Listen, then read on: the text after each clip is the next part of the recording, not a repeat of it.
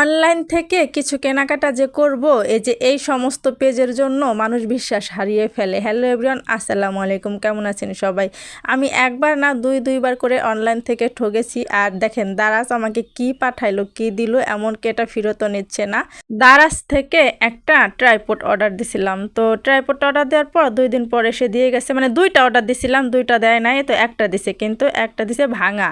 আর তারপর চেঞ্জ করবো বা ওখানে খুলে দেখবো, ওনাদের সামনে খোলার নাকি নিয়ম নাই, খুলে দেখতে দেয় নাই। বাসায় না খোলার পরে দেখতেছি যে এটা লাগতেছে না। তো যখন মেসেজ করতেছি, ফোন দিতেছি, তখন আবার তার কোনো রিপ্লাই করছে না। কেমনটা লাগে বলেন? অনলাইন থেকে দুইবার আমি ঠকেছি। এই কথাটা কেন বললাম, এর আগে একটা ড্রেস নিয়েছি রোজ বেলি ফ্যাশন সেই পেজ থেকে, কিন্তু ড্রেসটা এত পরিমাণে বাজে দিছে কি আর বলবো। তারপরে যখন আমি মেসেজ করতেছি বা রিটার্ন করাবো, তখন আর তারা কোনো রিপ্লাই করে না।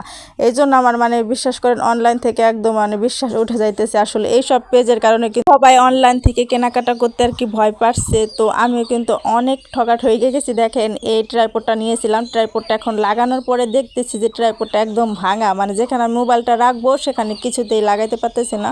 তো পরিশেষে একটা কথাই বলবো, অনলাইন থেকে কেনাকাটা করুন, দেখে শুনে কেনাকাটা করুন, কারণ আমি ঠকেছি, আমার একদম বিশ্বাস উঠে গেছে। আমি আর কখনোই অনলাইন থেকে কোনো কিছু কেনাকাটা করব না। তো সবাই ভালো থাকবেন, আর কোনো ভুল কিছু বলে থাকলে ক্ষমা দৃষ্টিতে দেখবেন। আল্লাহ হাফেজ।